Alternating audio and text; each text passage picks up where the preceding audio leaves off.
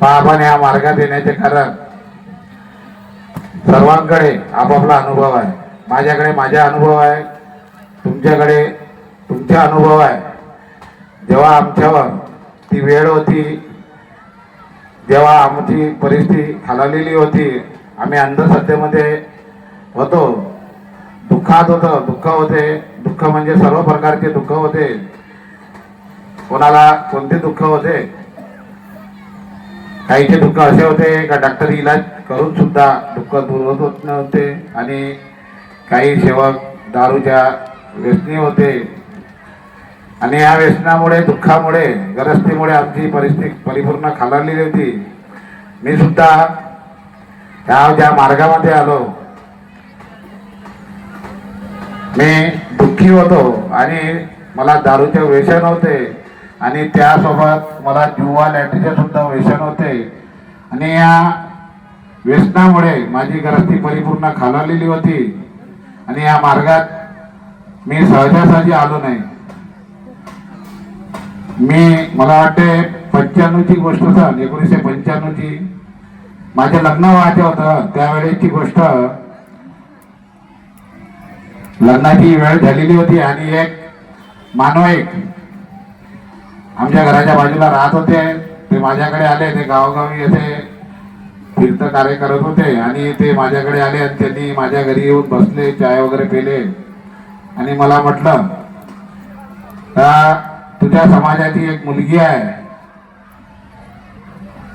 पाहायला चालते का? मी त्यांना म्हटलं, मी घरच्या लोकांना घेत नाही, आपणच जाऊ आणि आधी आपण पाहून येऊ, असं मी त्या व्यक्तीसोबत बोललो. आणि त्यानंतर मला दारूचे व्यसन होते, त्यांना बी माहीत होते काही दारू पिते. मी मार्गात नव्हतो, 95ची गोष्ट असेल ती.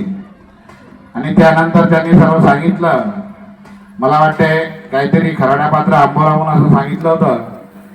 आणि त्यानंतर त्यांनी सांगितलं, पण एक गोष्ट आहे म्हणे, ते परमात्मावाले आहे म्हणे, आणि परमात्मावाले असल्यामुळे कोणी दारू घेऊन आला तर त्यांना घरात येऊ देत नाही म्हणे, आणि आलं तरी ते बाहेरच गाईच्या पोट्यामध्ये खाट देते म्हणे आणि बाहेरच ठेवते म्हणे, आणि बाजूवाल्या मुलीला आवाज देऊन पाणी वगैरे लागलं तिथे म्हणे, पण ते परमात्मा आले आहे म्हणे, काही देत नाही म्हणे. आणि मी त्यावेळेस त्यांच्यासोबत परमात्माबद्दल बोललो होतो का मी परमात्मावाल्याची मुलगी पाहायला येत नाही आणि मला परमात्मावाल्याची मुलगी मागायची नाही.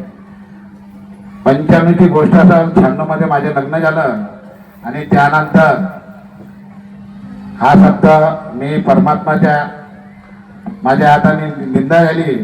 आणि त्यानंतर 4 वर्षामध्ये 96 मध्ये लग्न झालं.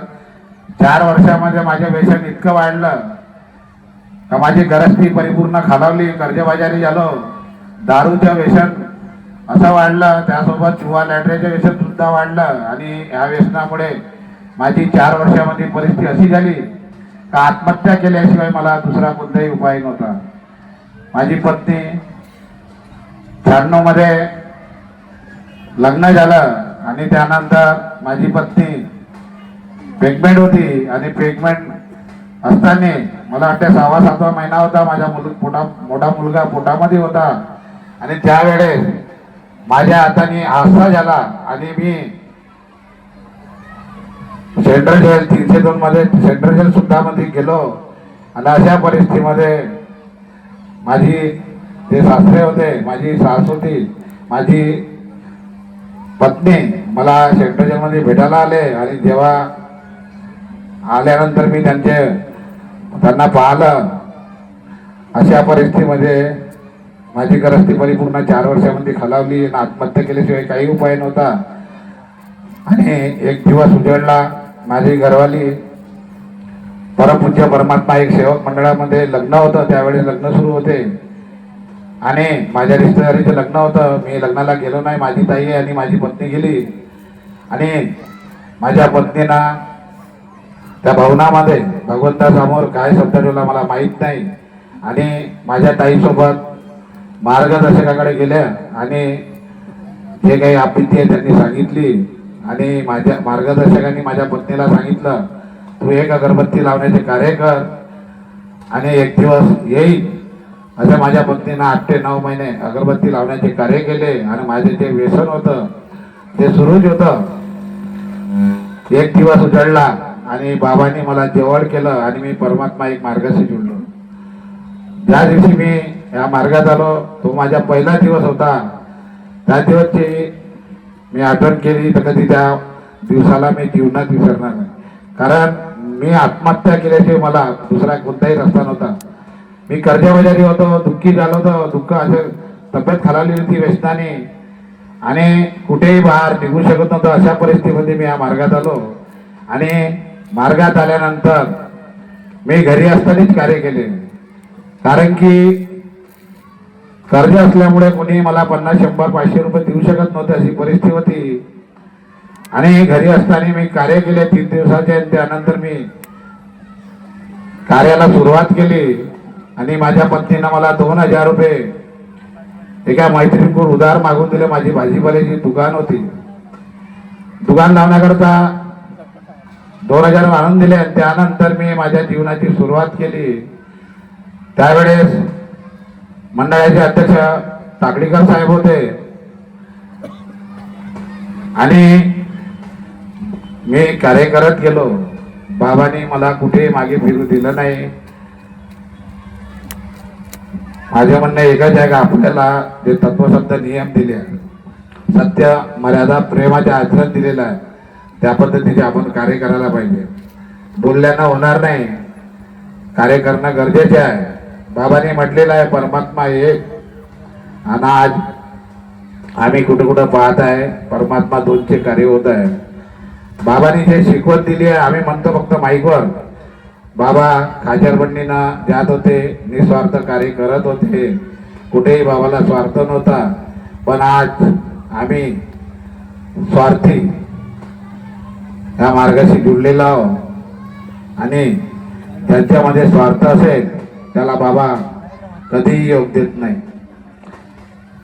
कार्य करत चला, फक्त निस्वार्थ असं मनामध्ये कोणतेही विचार ठेवा नको. कार्य करत चला, बाबा आपल्याला त्या कर्माचे फळ देणारच आहे.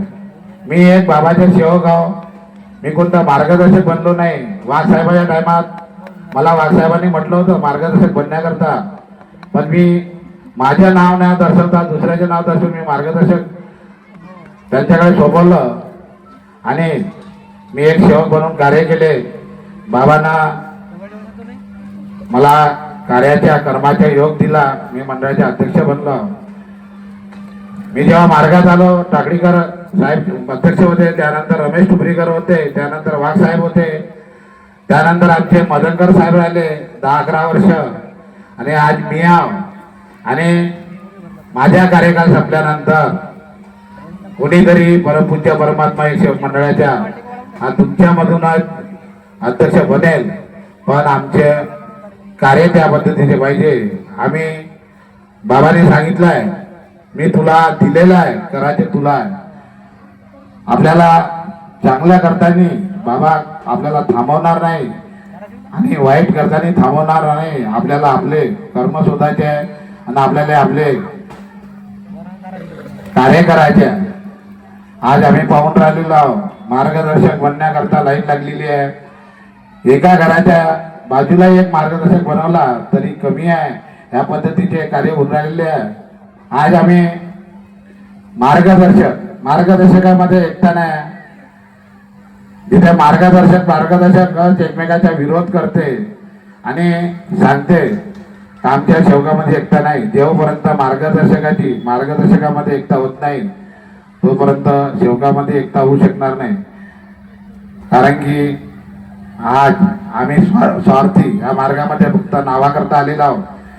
आम्ही ज्या दिवशी पहिल्या दिवशी आम्हाला बाबाचे शब्द आहे का या मार्गात येण्याकरता सर्व देवाचे विसर्जन करणं पडते, जुन्या विचाराचे विसर्जन करणं पडते. पण आम्ही जुन्या विचाराचे फक्त देवाचे विसर्जन करतो आणि जे काही आमच्या घरी कपडे चादरा वगैरे धुणं करतो आणि ज्या आमच्या आत्म्यामध्ये ज्या गढूळपणा राहते त्याच्या परिपूर्ण आमचे विसर्जन होत नाही. आणि या मार्गाशी जोडतो. परमेश्वरी शक्ती अशी आहे, जागृत शक्ती आहे. शक्ती कार्यकर्ते आपलं दुःख व्यसन सगळं बंद होते, अंधश्रद्धेमधून आपण बाहेर निघतो. पण जेव्हा आमच्या त्याग होते, त्याग गेल्यानंतर नवं होते आणि आम्ही हळूहळू आमच्या आत्म्यामधलं जे गढूळपणा राहते ते वाढत जाते आणि आमच्या स्वतःकडे आम्ही बोट दाखवत नसतो. आमच्या बोट फक्त दुसऱ्याकडे असते. ज्या दिवशी आम्ही स्वतःकडे बोट दाखवून आमच्या परिवाराकडे पाहणं गरजेचे आहे. कारण की आम्ही मार्गामध्ये आलो, स्वतःच्या परिवारासाठी आलो, दुसऱ्यासाठी आपण मार्गात आलेले नाही. आमच्या परिवारामध्ये कोण कोण आहे? आमची मुलगी आहे, मुलगा आहे, पत्नी आहे, बहीण आहे, भाऊ आहे, आई आहे, वडील आहे. सर्वप्रथम आम्ही ना आमच्या परिवाराकडे लक्ष ठेवायला पाहिजे. का आम्ही ज्या दिवशी मार्गात आलो तो आमचा दिवस काय होता आणि आज आमचा दिवस काय आहे. आम्ही आमच्या परिवारामध्ये परिवर्तन झालं तर आमच्या आजूबाजूचे घर आमच्याकडे पाहून ते सुद्धा सुधारण्याचा प्रयत्न कराल. आजूबाजूचे सुधारले तर आमचे गाव एकता होईल, सुधारणा कराल. जेव्हा आम्हीच नाही सुधारलो, फक्त आम्ही सांगतो आम्ही इतक्या वर्षाचे सेवक आहोत, पण आम्ही 30 वर्ष आधी 40 वर्ष आधी बी आमची परिस्थिती हेच होती आणि आज बी आमची परिस्थिती हेच आहे. असं केल्यानं कारण चालणार नाही. कारण की बाबांनी म्हटलं आहे की माझ्या सेवक गरीब आणि दुःखी राहणार नाही आणि राहील तर तो आपल्या कर्मानं राहील. त्याकरता वेळ झालेली आहे. आपण या मार्गाशी जुडलो आहोत आणि मला तर वाटते का आपण माझ्या अनुभव आहे, मी माझ्या पत्नीमुळे मार्गाशी आलेलो आहोत आणि माझ्या पत्नीने जे कार्य मार्गदर्शकाच्या आदेशाप्रमाणे अगरबत्ती लावण्याचे कार्य केले नसते तर मी मार्गाशी जुडलो नसतो. आणि मला वाटत नाही का मी आज मंडळाचे तर अध्यक्ष आपण या माईकवर बोललो असतो. हे बी मला नारक बाबांनी जवळ केलं नसतं तर केव्हाच्या मी व्यसनामुळे भगवंतामध्ये विलीन झालो असतो. ही परमात्मा परमेश्वरी जागृत शक्ती आहे. बाबा 1996 मध्ये आपल्यामधून शरीररूपी गेले, पण बाबाची आत्मा आणि एक परमेश्वरी जी शक्ती आहे, ज्या शक्तीची बाबांना प्राप्ती केली ही एक झालेली आहे. आणि आमचे कार्य अगर चांगले असले तर बाबा सदैव आमच्या सोबत आहे. फक्त कार्य करत चला. आपल्याला या मार्गामध्ये कर्माचे फळ माझ्या स्वतःचा अनुभव आहे. मी 2000 मध्ये मार्गात आलो, तो माझा पहिला दिवस काय होता आणि आज बाबांनी मला कुठेही कमी ठेवलं नाही. अशी परमात्मा परमेश्वरी शक्ती आहे. आणि दुसऱ्याकडे बोट दाखवणं बंद करा. सर्वप्रथम स्वतःकडे बोट दाखवा. आणि माझी मार्गदर्शकांना सुद्धा विनंती आहे, एक मला आता एका सेवकाने चिठ्ठी आणून दिलेली आहे. तो सेवक मनोज देवचंद तांबुलकर आहे आणि त्यांनी पत्ता दिलेला आहे खरडा. मी त्याला ओळखत नाही, त्याचा सेवक नंबर काय आहे ते मला माहिती नाही आणि तो मंडळाचा सेवक आहे किंवा काय आहे ते सुद्धा मला माहीत नाही. त्यांनी माझ्या हातामध्ये चिठ्ठी आणून दिलेली आहे आणि त्याच्यामध्ये लिहिलेलं आहे परमात्मा एक मार्गातील मार्गदर्शक साहेब आहेत, त्यांच्या चुकीच्या मार्गदर्शकाने सेवकाची दिशाभूल होत आहे असं त्यांनी लिहिलेलं आहे. आणि अध्यक्ष साहेब तुम्ही याच्यावर मार्गदर्शन करावे, पण त्याने त्या मार्गदर्शकाचे सुद्धा नाव लिहिलेलं नाही. आणि माझी मार्गदर्शकांना एक विनंती आहे, आज आमचे ठावकर भाऊ कनाळगावचे यांनी मंडळाला अर्ज केला सेवक संमेलन बद्दल, त्यांना मंडळाने कार्यक्रम दिला आणि आज आपण या कार्यक्रमात सर्व उपस्थित आहे. आता 23 तारखेला एक छिंदोळ्याला कार्यक्रम होता सेवक संमेलनचा.